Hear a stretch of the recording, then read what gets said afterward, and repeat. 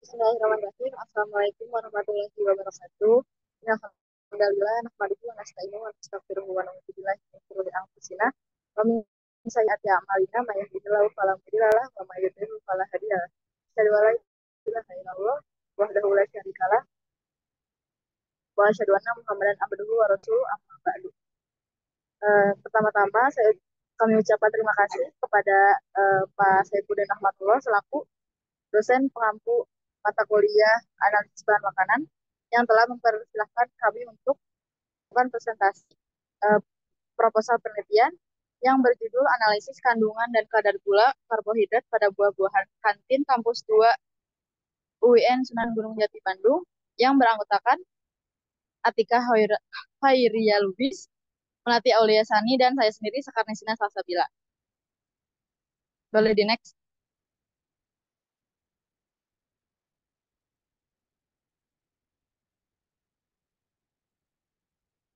Oke, nah di sini ada latar belakang. Indonesia merupakan negara agraris yang beriklim tropis sehingga berbagai macam buah dapat tumbuh dan berkembang. Contoh buah yang dapat tumbuh dan berkembang di Indonesia itu di antaranya ada semangka, melon, dan nanas. Salah satu komponen penting dalam buah-buahan adalah kadar gula yang tidak hanya mempengaruhi rasa, tapi mempengaruhi juga pada nilai nutrisi dan manfaat kesehatannya. Kandungan gula dalam buah-buahan ini menjadi faktor penting dalam menentukan rasa, kualitas, dan nilai nutrisi yang dihadirkan dari setiap jenis buah. Variasi dalam kadar gula pada buah-buahan tersebut dapat memiliki implikasi pada preferensi konsumen, kesehatan, dan kegunaan industri. Karena itu, pengetahuan mendalam tentang kadar gula dalam buah-buahan itu menjadi sangat penting untuk memahami manfaat nutrisi dan penggunaan dalam berbagai aplikasi. Nah, kadar gula yang berbeda ini dapat memiliki implikasi yang signifikan pada diet yang sehat, terutama bagi individu dengan kondisi medis tertentu atau masalah medis tertentu, yaitu seperti diabetes atau masalah kesehatan yang lain terkait gula. Boleh di next. Nah, untuk rumusan masalah pada proposal penelitian kami kali ini ada tiga, yaitu yang pertama, jenis gula apa yang terkandung dalam buah-buahan, yaitu tiga buah tadi, ada semangka, melon, dan nanas. Kampus 2 UIN Sunan Gunung Jati Bandung menggunakan uji Benedik. Kemudian yang kedua, ada jenis gula apa yang terkandung dalam buah-buahan pada semangka, melon, dan nanas. Kampus 2 UIN Sunan Gunung Jati Bandung menggunakan uji iodin. Dan yang ketiga ada berapa kadar gula yang terkandung dalam buah-buahan semangka, melon, dan nanas. Kampus 2 UIN Sunan Gunung Jati Bandung menggunakan derajat Brix. Next.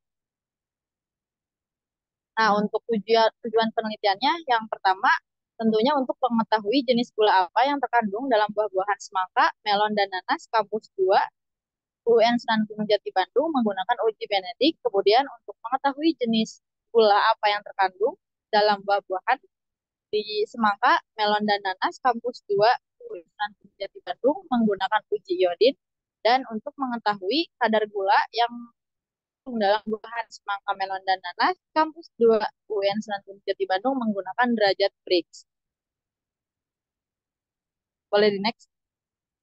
Nah, untuk luarannya kan ada tiga.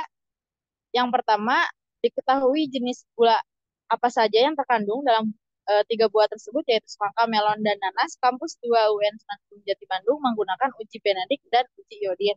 Kemudian diketahui juga kadar gula yang terkandung dalam buah-buahan semangka, melon, dan nanas. Kampus 2 UIN Sunan Gunung Jati Bandung menggunakan derajat BRIC. Dan yang ketiga, dihasilkannya jurnal yang terakreditasi yang bisa dipublikasikan dan bermanfaat tentunya bagi orang banyak, baik nasional maupun internasional. Boleh di next. Nah, untuk manfaat penelitiannya, hasil ini berharap dapat memberikan informasi ilmiah kepada masyarakat mengenai jenis gula yang terkandung dalam jumlah dan jumlah kadarnya dalam buah-buahan semangka, melon, dan nanas, khususnya pada UIN di Bandung, agar menjadi data yang akurat untuk kepentingan masyarakat dalam hal kesehatan, industri, dan lain-lain. Mungkin yang selanjutnya akan dijelaskan oleh rekan saya. Terima kasih. Selanjutnya ada tinjauan pustaka, ada 4 poin. Yang pertama yaitu ada karbohidrat, di mana karbohidrat merupakan senyawa yang terbentuk dari molekul karbon, hidrogen, dan oksigen. Kemudian karbohidrat sendiri dibagi menjadi dua, ada karbohidrat sederhana dengan karbohidrat kompleks. Untuk karbohidrat sederhana ini terdapat dua, yaitu ada monosakarida dan sakarida. Untuk yang monosakarida ini merupakan jenis karbohidrat sederhana yang terdiri dari satu gugus cincin. Contohnya ada glukosa, fruktosa, dan galaktosa. Kemudian, untuk disakarida merupakan jenis karbohidrat banyak dikonsumsi oleh manusia di dalam kehidupan sehari-hari dan terdapat gabungan dari dua molekul monosakarida. Contohnya ada maltosa dan sukrosa. Kemudian untuk karbohidrat kompleks sendiri merupakan karbohidrat yang terbentuk oleh hampir 20.000 unit molekul monosakarida, terdiri dari selulosa dan pati atau yang kita kenal yaitu amilum. Kemudian ada uji Benedict, di mana uji Benedict ini adalah uji kimia untuk mengetahui kandungan gula atau karbohidrat reduksi, di mana gula reduksi ini meliputi jenis monosakarida dan beberapa disakarida seperti laktosa dan maltosa. Pada uji Benedict ini, reaksi yang digunakan yaitu bereaksi dengan gugus aldehid, kecuali aldehid dalam gugus aromatik dan apa hidroksiketon. Untuk mengetahui adanya monosakarida dan disakarida reduksi, dilarutkan ke dalam air, kemudian ditambahkan sedikit reaksi Benedict dan dipanaskan selama 4 menit. Kemudian, pada proses ini larutan akan berubah menjadi warna biru, menunjukkan bahwa tanpa adanya glukosa, kemudian warna hijau, kuning, oranye, merah, dan merah bata dan coklat menunjukkan bahwa terdapat kandungan glukosa yang tinggi. Kemudian ada uji ion, di mana uji iodin ini adalah uji khas untuk mendeteksi adanya kandungan amilum atau pati. Selanjutnya ada derajat Brix, di mana derajat Brix ini merupakan jumlah zat semu yang larut dalam satuan gram 100 gram larutan. Selanjutnya ada buah-buahan, di mana buah-buahan sendiri merupakan makanan penunjang kesehatan. Konsumsi buah-buahan berguna bagi kesehatan karena memiliki nilai gizi yang dibutuhkan oleh tubuh. Ditinjau dari kandungan gizinya, buah merupakan sumber zat pengatur, baik itu vitamin dan mineral yang diperlukan oleh tubuh. Fungsi vitamin dan mineral ini menjaga kesehatan metabolisme tubuh. Mungkin selanjutnya akan dijelaskan oleh rekan saya.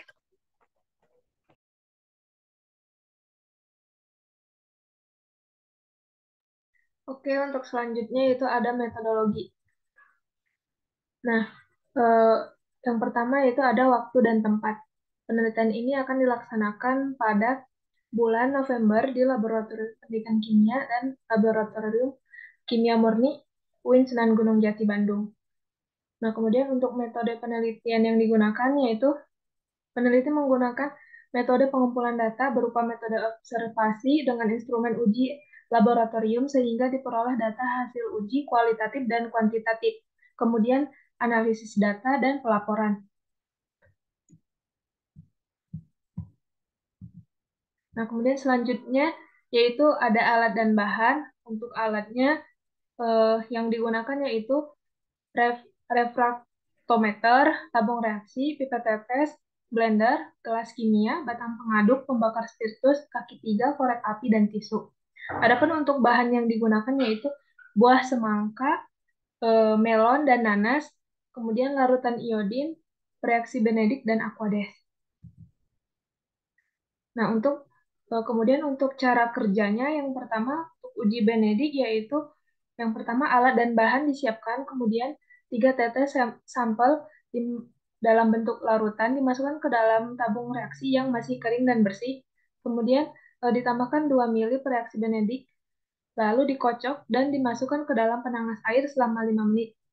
Kemudian mengamati perubahan yang terdapat pada endapannya, kemudian pembentukan warna endapan hijau, kuning, atau merah menunjukkan reaksi positif karbohidrat.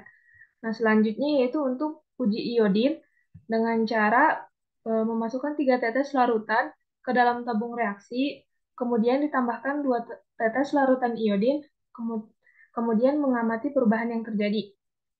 Nah, selanjutnya yaitu untuk analisis kuantitatifnya yaitu indeks bias dengan cara refraktometer. Yang pertama, refraktometer dibersihkan terlebih dahulu dengan tisu ke arah bawah. Selanjutnya, refraktometer ditetesi dengan aquades atau larutan NaCl 5% pada bagian prisma dan Daylight Kemudian refraktometer dibersihkan dengan kertas tisu, sisa Aquades atau NaCl yang tertinggal. Setelahnya, sampel cairan diteteskan pada prisma 1-3 tetes. Nah, adapun untuk biaya dan jadwal kegiatan, untuk biayanya sendiri yaitu sebesar 5.000 dan untuk eh, jadwal penelitiannya itu untuk jenis kegiatannya dilakukan pengambilan sampel, identifikasi karbohidrat, dan pelaporan. Selanjutnya saya kembalikan kepada moderator.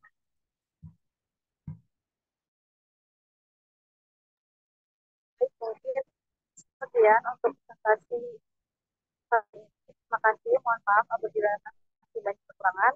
Wabillahi taufiq wal hidayah. Wassalamualaikum warahmatullahi wabarakatuh.